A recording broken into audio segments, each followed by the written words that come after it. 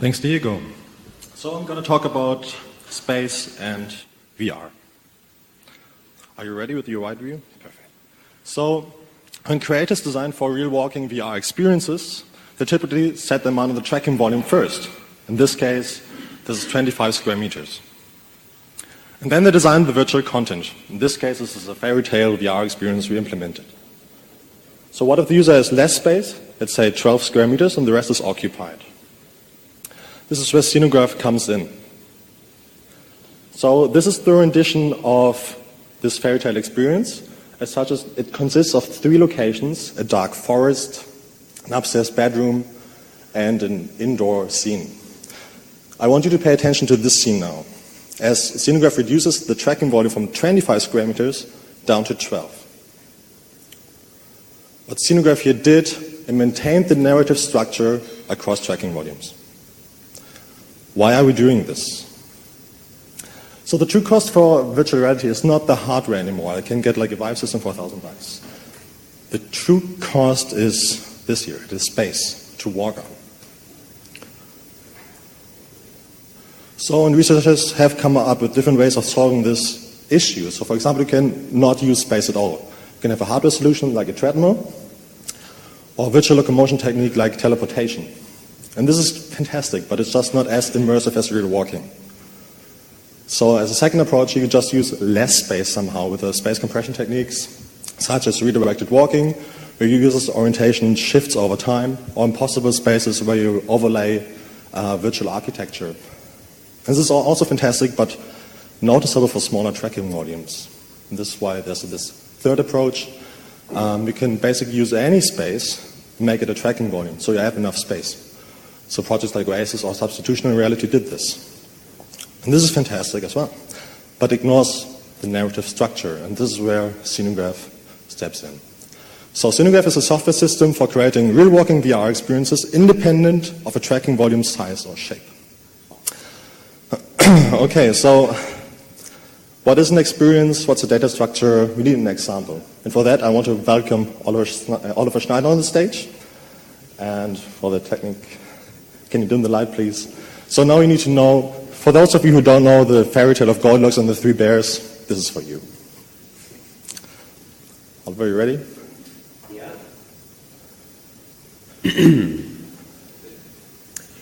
Goldilocks and the 3 bears. Once upon a time, there was a little girl named Goldilocks. She went for a walk in the forest and came upon a house. She knocked, and when no one answered, she walked right in. At the table in the kitchen, there were 3 bowls of porridge. Goldilocks was hungry. She tasted the porridge from the first bowl. "This porridge is too hot," she exclaimed. So she tasted the porridge from the second bowl. "This porridge is too cold," she said. So she tasted the last bowl of porridge. "Ah, this porridge is just right," she said happily, and she ate it all up. After she'd eaten the 3 bears' breakfasts, she decided she was feeling a little tired. Goldilocks saw 3 chairs and sat in the first chair to rest her feet. "This chair is too big," she exclaimed. So she sat in the second chair. "This chair is too big too," she whined. So she tried the last and smallest chair. "Ah, this chair is just right," she sighed. But just as she settled down to the chair to rest, it broke into pieces. Goldilocks was very tired by this time, so she went upstairs to the bedroom. She lay down in the first bed, but it was too hard. Then she lay in the second bed, but it was too soft. Then she lay down in the third bed, and it was just right. Goldilocks fell right asleep. And this is where I have to interrupt you, Oliver. I'm so sorry. So the story ends as follows. So bears return home, and Goldilocks runs back in the forest. I just learned yesterday that in the Brother Grimm's version, Goldilocks gets eaten alive, which I find somehow more fair. Okay, so so you all liked Oliver talking, right? So you can continue listening to Oliver in the next session, by the way. There's a fantastic talk going on, fantastic co-authors as well, I know that for a fact. Okay, so some of you might have caught this. The narrative structure here is a patronet. As such, it consists of nodes and transitions. So spatial nodes, so the location Goldilocks is at, and logical nodes, for example, depicting whether Goldilocks is hungry or not, allowing her to eat this porridge, the transition, the virtual object in the environment. So Scenograph adapts this patron net for the different tracking volumes, and this is what we mean when we say we maintain the experience. So the system starts, Goldilocks enters the bear's home, and then she's in the first room. In the first room, as you can see here, is 3 porridges. She eats the first porridge, which would change this hungry state to false. Right. And you remember from the story, there's more than just the porridges, there's also the chairs. But where are the chairs? Well, for 25 square meters, we could have fit in the chairs as well as the porridges. For 12 square meters, we cannot. So this is what Scenograph does. It splits this location node into 2. It places the porridges in the first one and the chairs in the second. Why? Because in the story, the porridges come first and then the chairs.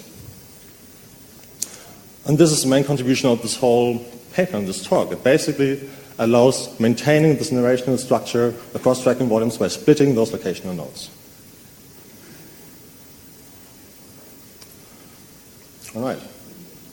And then Goldilocks enters the second room, and there are the chairs. Breaks the chair. So the narrative structure is perceived the same for the user. She goes upstairs, sleeps in a little bear's bed, and runs back to the forest. All right. So how does this work? Let's get nerdy under the hood. So apps like Goldilocks can define the size of virtual objects. So for example, the porridge has a size of 1 square meter. The Papa Bear's chair has 4 square meters and is placed close to a wall. Little Bear's bed has 2 square meters.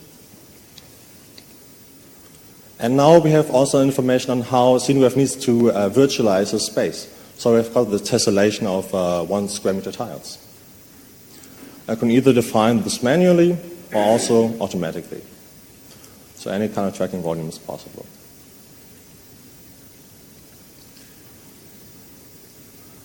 So what Scenograph now does, it places these objects into the spatial nodes. So you can see the porridges and the chairs are placed here.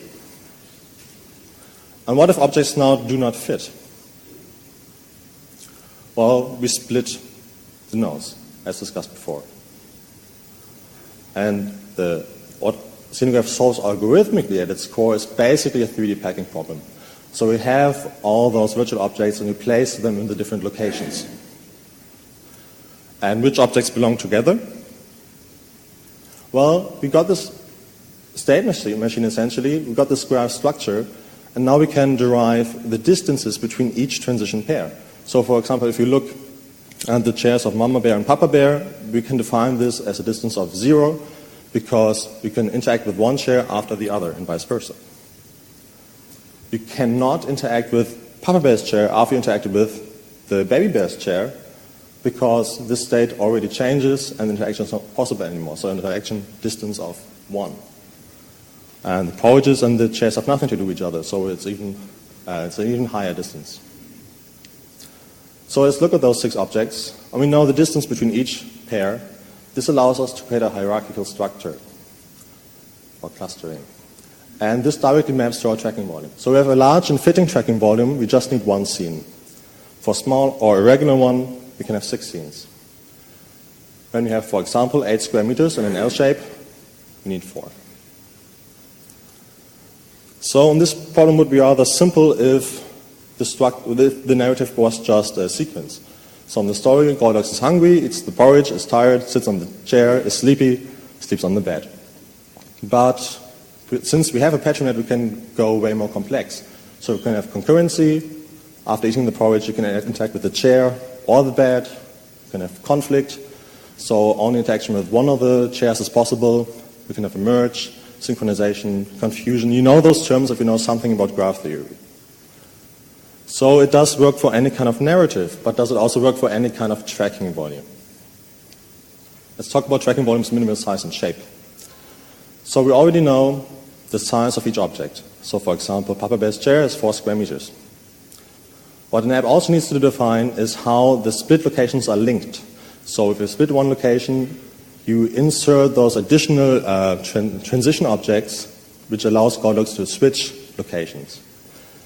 And in this case, we can either have a sequence or a loop, or just link them completely. For Goldilocks, we chose a sequence. So if we put those two together, we got the largest object is 4 square meters, and we have at least 2 transition objects in each room, and this adds up to 8 square meters for Goldilocks. The designer is essentially responsible for this minimal tracking volume. So what does the designer need to do? Let's talk about authoring. So virtual objects or transitions need to be linked. So say I want to place those 3 porridges into the bear's home. This I do by simply defining the in and out tokens of the different transitions. All the porridges are placed. If I want to connect different locations, I can also use those objects. So Goddess can go into the house and out. I can make this conditional. Goldilocks only enters the home if she's curious.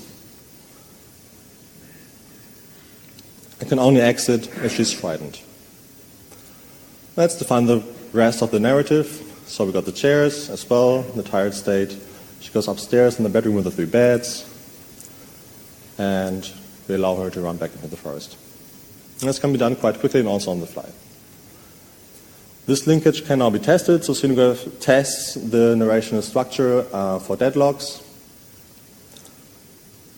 to make sure your story actually ends.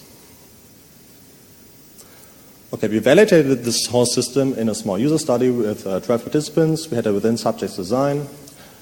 We had an experimental condition, which was Scenograph, and 2 controls. So the one, we had a virtual locomotion technique, teleport, where users just point to a place and then they're there. And motion scaling, where users traverse physical space but virtually cover more distance. We tested different kind of tracking volumes, 25, 9, and 8 square meters. I now, for simplicity, just want to talk about those 8 square meters, which is the smallest tracking volume for Goldilocks. We measured the perceived realism, and what we can see here is that Scenograph performed way better than the control conditions. Participants commented that Scenograph felt natural and realistic, but also found it harder, whereas teleport was more artificial, but also seemed familiar to the users. Motion scaling was deemed uncomfortable, but became natural over time. And the main takeaway here is, what we wanted to prove and show, is that Scenograph actually creates realistic, real-walking VR experiences. To sum up, at its core, Scenograph has a tracking volume-independent representation of real-walking experiences. It maintains the narrative structure across different tracking volumes by splitting the location nodes. And this enables real-walking experiences for the home. So in the beginning, I've talked to you about different approaches how to save space. So not use space, use less space, or use any space. We've seen just right now what you can also do. You can just share space, or we call it we overload space. So what I presented in Montreal this year is virtual space where 2 users share the same tracking volume and they're both immersed in different VR experiences. And the question basically tackled is, how can you maintain an experience when space is shared? And today I try to answer the question, how can you maintain an experience when space is sized and shaped differently? And I think those projects are important because what we really need in the end is some sort of an abstraction layer between space and the experience, some sort of operating system, SpaceOS, which is the topic of my PhD. I want to thank my supervisor and co-author Patrick for this, and this was Scenograph, fitting real walking VR experiences into various tracking volumes. You can download the code here. I'm now happy to take your questions.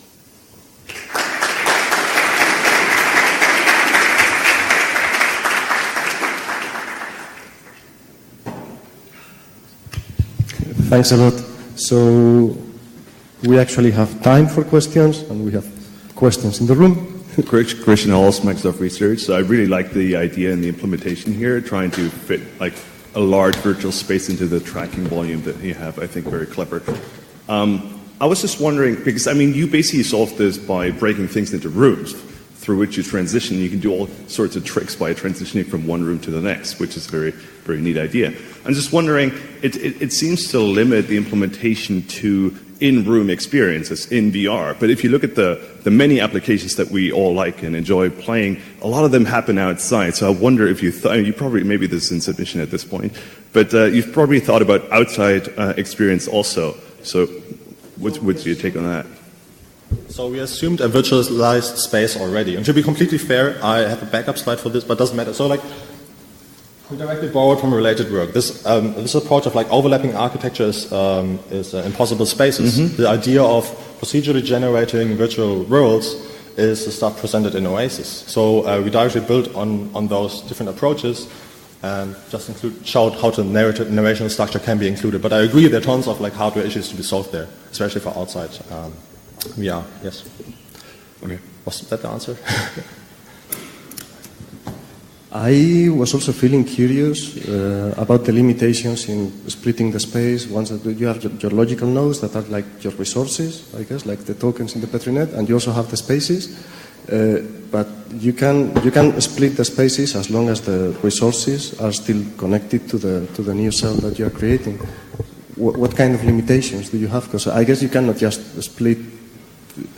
That there will be networks that will be more challenging, right? So I think the main limitation is this minimal size somehow needs to be defined. So for example, if you want to implement like VR soccer, for instance, you have strong spatial constraints because the goals need to be like apart a certain distance, the fields have a certain size, etc., etc. Those are all spatial constraints so basically the system wouldn't work for that instance. We just have a system which allows creators to define the degrees of freedom which the system then can utilize. Okay, so you would say that other than the space, there wouldn't be any kind of limitations in the partitions that you can create? So I've shown like a discrete way of solving this by having a tessellation. We also have an implementation for a continuous solution as well. But for simplicity, this was just tessellation. That's interesting. And also, I don't know if that's something you were already doing in the paper.